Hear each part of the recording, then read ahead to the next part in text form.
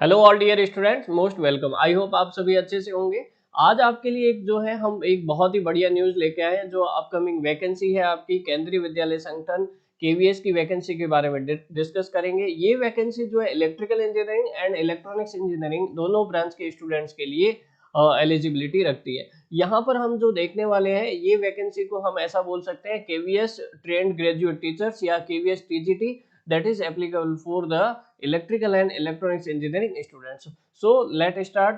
Before starting, this is Amrit Wasjangir, IAS qualified and having teaching experience more than 10 years. So let's start करते हैं। इसके बारे में हमारे पास कौन कौन से पॉइंट हम डिस्कस करेंगे, सबसे पहले ये देख लेते हैं। सबसे पहले हम ये देखेंगे कि नंबर ऑफ वैकेंसीज कितनी अवेलेबल है यहाँ पर हमारे पास। उसके बाद हम डिस्कस करेंगे कि इन वैकेंसीज में हमारे पास जो electrical and electronics engineering students के लिए कितना वैकेंसीज अवेलेबल रहेगा। देन हम डिस्कस करेंगे कि इस वैकेंसी को compete करने के लिए या सक्सेस पाने के लिए हमें जो है यहाँ पर एग्जाम पैटर्न क्या रहेगा उसको हम डिस्कस करेंगे। साथ ही साथ हम ये डिस्कस करेंगे कि एग्जाम पैटर्न हमें जब पता चल जाएगा, like technical part, non technical part, तो हर एक को डेप्थ में भी देखेंगे कि हमारे पास टेक्निकल पार्ट की प्रिपरेशन किस तरह से करनी है, नॉन टेक्निकल पार्ट की प्रिपरेशन किस तरह से करनी है, वो भी हम डिस्कस करेंगे। तो यहाँ पर स्टार्ट करते हैं फटाफट। देखिएगा जरा प्लीज, यहाँ पर जो वैकेंसीज की इंफॉर्मेशन है केवीएस की वैकेंसीज, अभी हमारे पास एक दो दिन पहले जो रोजगार न्यूज़पेपर होता है, एम्प्लॉयमेंट न्यूज़पेपर, उसमें इसकी शॉर्ट नोटिस आया है और 5 तारीख से पहले, 5 दिसंबर से पहले जो है इसका जो है डिटेल नोटिस भी आ जाएगा आपके पास। इसमें जो वैकेंसीज अवेलेबल है हमारे पास बहुत सारी वैकेंसीज है। 13,404 हमारे पास यहाँ पर वैकेंसीज अवेलेबल। लेकिन हमें ये देखना है कि यहाँ पर हमारे पास जो है ना TGT WE, that is work experience electrical and electronics engineering students के लिए कितना वैकेंसीज अवेलेबल है। तो ये उसका कटिंग है हमारे पास शॉर्ट नोटिस का, और उसमें डब्ल्यूई की जो पोजीशन है work experience for the electrical and electronics engineering students, यहाँ पर हमारे पास अनरिजर्व कैटेगरी के लिए 140 पोस्ट है, ओबीसी के लिए 91 पोस्ट है, एससी कैटेगरी के लिए हमारे पास 50 पोस्ट है, एसटी कैटेगरी के लिए 25 पोस्ट है एंड ईडब्ल्यूएस के लिए हमारे पास 33 पोस्ट है। ओवरऑल आप यहाँ पर देखोगे तो हमारे पास जो है टोटल 339 वैकेंसीज अवेलेबल है। क्लियर है।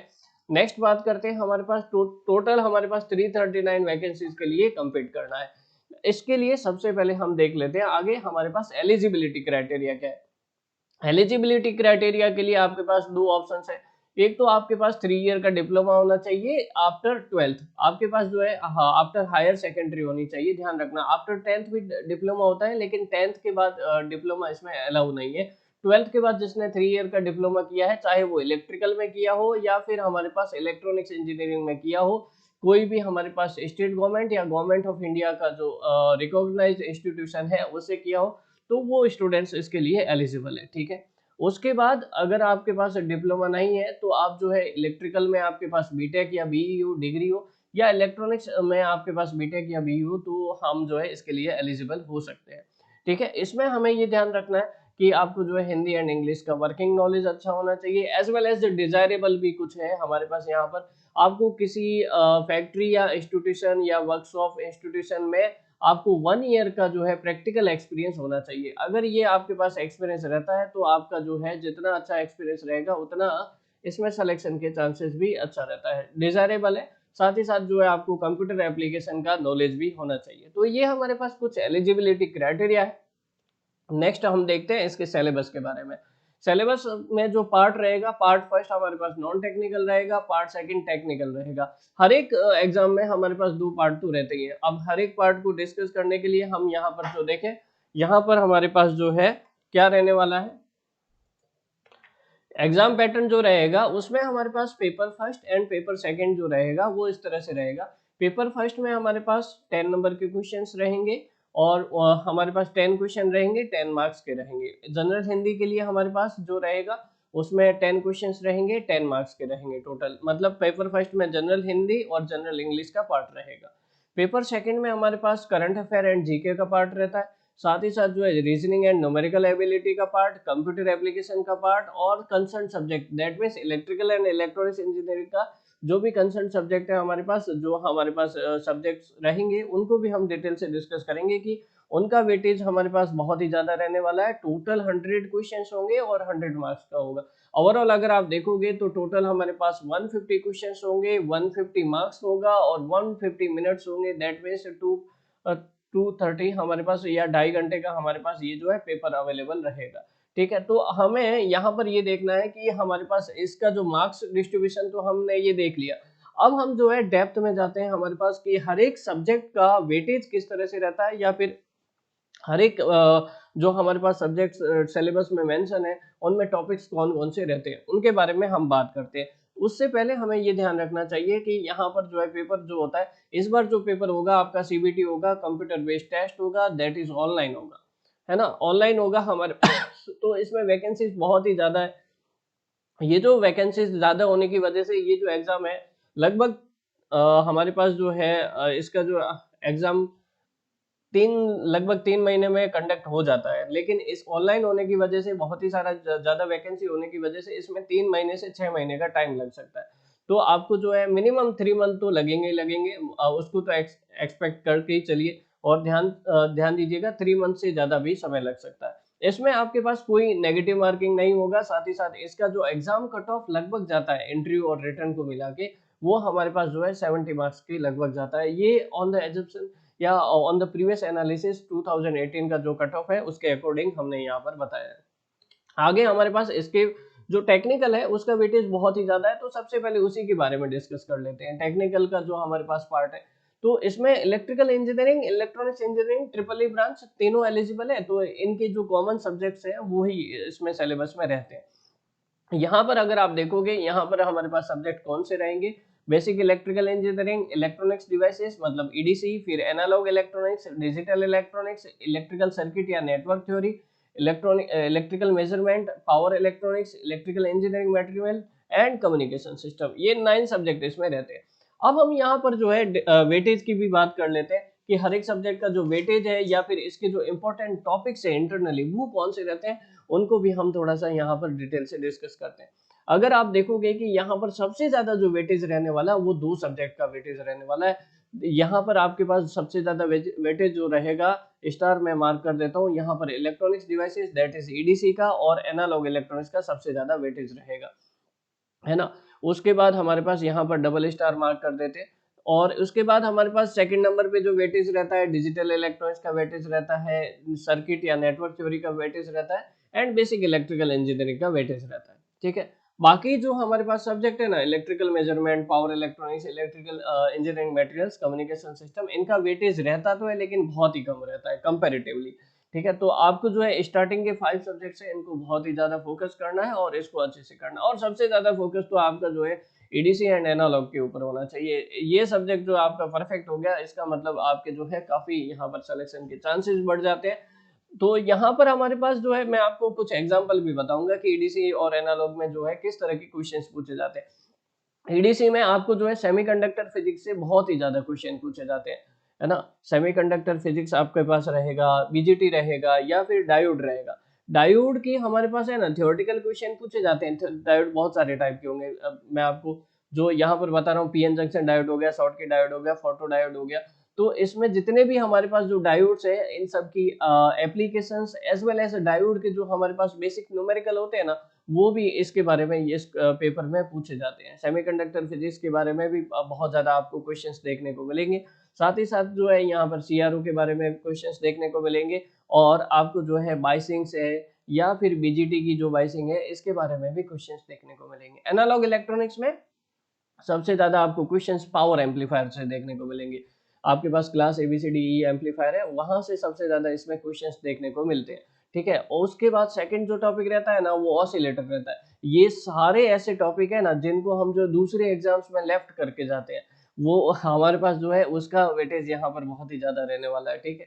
तो जैसा स्टूडेंट का पैटर्न रहता है कि ईडीसी को इलेक्ट्रिकल इंजीनियरिंग स्टूडेंट्स के लिए तो ऐसा ही होता है, ईडीसी एनालॉग को जो है लाइट वेटेड समझ के उसको लेफ्ट आउट कर देते हैं, ऐसा नहीं करना चाहिए। ठीक है? यहाँ पर हमारे पास पावर एम्पलीफायर, ऑसिलेटर है या फिर मॉसफेट है, इन सब का वेटेज बहुत ही अच्छा रहने वाला है। लाइक आपके पास ओप एम्प है या फिर फीडबैक एम्पलीफायर, इन सभी का वेटेज अच्छा रहने वाला है। ऑप एम्प का थ्योरी भी पूछा जाता है, न्यूमेरिकल भी पूछा जाता है, मॉसफेट से अच्छी थ्योरी पूछी जाती है, ऑसिलेटर हो गया, रिलैक्सेशन ऑसिलेटर हो गया, या ऑसिलेटर के डिफरेंट टाइप्स होते हैं उनके बारे में भी पूछा जाता है। 555 आईसी टाइमर है, उसकी एप्लीकेशंस पूछ ली जाती है। ये सारे टॉपिक जो है हमारे पास एडीसी एनालॉग में इंपॉर्टेंट रहते हैं। उसके बाद डिजिटल इलेक्ट्रॉनिक्स में आपको क्या पूछा जाएगा, सबसे जो हमारे पास इंपॉर्टेंट है that is the Boolean algebra, logic gates होंगे। उसके बाद हमारे पास जो है combinational circuit like adder, subtractor, इनके बारे में अच्छे क्वेश्चंस बनते हैं। साथ ही साथ जो है लॉजिक फैमिली से भी बहुत अच्छे क्वेश्चंस बनते हैं। ये आपको पूछे जाएंगे डिजिटल इलेक्ट्रॉनिक्स से। Electrical circuit and network theory में क्वेश्चंस किससे बनते हैं? बेसिक्स का तो पार्ट कवर होता ही है, जैसे रेजिस्टेंस, इंडक्टेंस, कैपेसिटेंस की नॉर्मल कैलकुलेशन होगी आपके पास, या बेसिक्स जो हमारे पास बैटरीज होती है या सेल्स होती है, प्राइमरी सेल्स, सेकेंडरी सेल्स, उनके बारे में इसमें क्वेश्चन पूछे जाते हैं बेसिक इलेक्ट्रिकल इंजीनियरिंग में।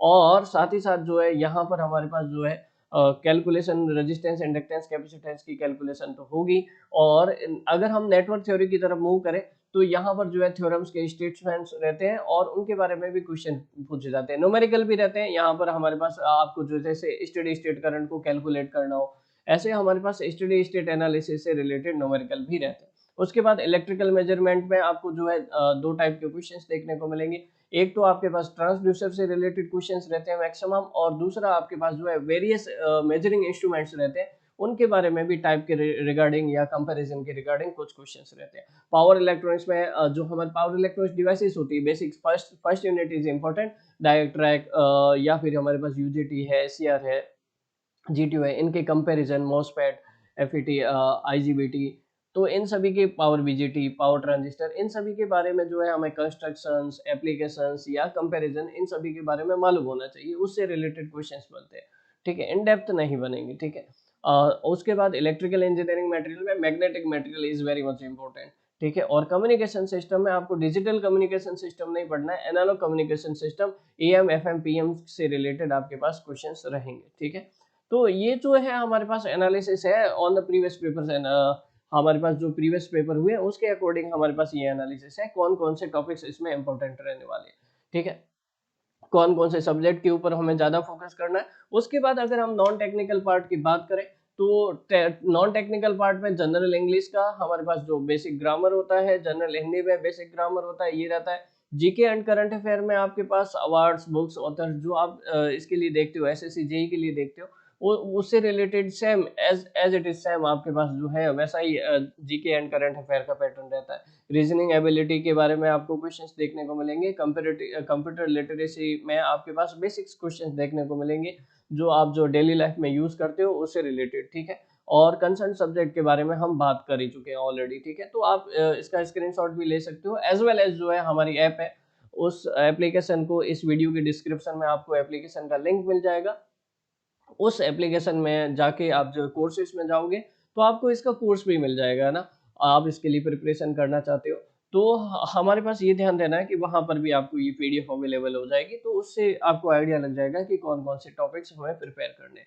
और इसके बारे में आगे हम बात करें तो इसका जो एप्लीकेशन ऑनलाइन स्टार्ट होगा, अप्लाई ऑनलाइन, वो हमारे पास 5 दिसंबर 2022 से स्टार्ट होगा। आपको इसके लिए कहाँ पर जाना है, केवीएस sankthan.nic.in पे जाकर आपको KVS online application link available होगा 5 दिसंबर से, वहां पर जाके आप इसको जो है अप्लाई कर सकते हो। ठीक है, साथ ही साथ जो है इसमें हमारे पास वेरियस फीस स्ट्रक्चर है, जो आप एप्लीकेशन फी लगेगी वो भी आप ध्यान रख सकते हैं। ठीक है, ध्यान रखिएगा यहाँ पर हमारे पास जो रहेगा कि इसका जो एग्जाम टाइम रहेगा वो अराउंड 3 to 6 मंथ रहेगा। और साथ ही साथ जो है हमें ये ध्यान देना है कि इसमें जो है फॉर्म फिलअप करते टाइम किन किन बातों का ध्यान रखना है। आपका वैलिड फॉर्म फोन नंबर होना चाहिए, या फिर आपके पास जो है रजिस्ट्रेशन करने के बाद या फिर ऑफिशियल डॉक्यूमेंट सबमिट करने के बाद आपको जो है लास्ट में एप्लीकेशन रिसिप्ट जो है रेफरेंस के लिए जरूर प्रिंट आउट लेनी है, ये बात जरूर ध्यान रखिएगा।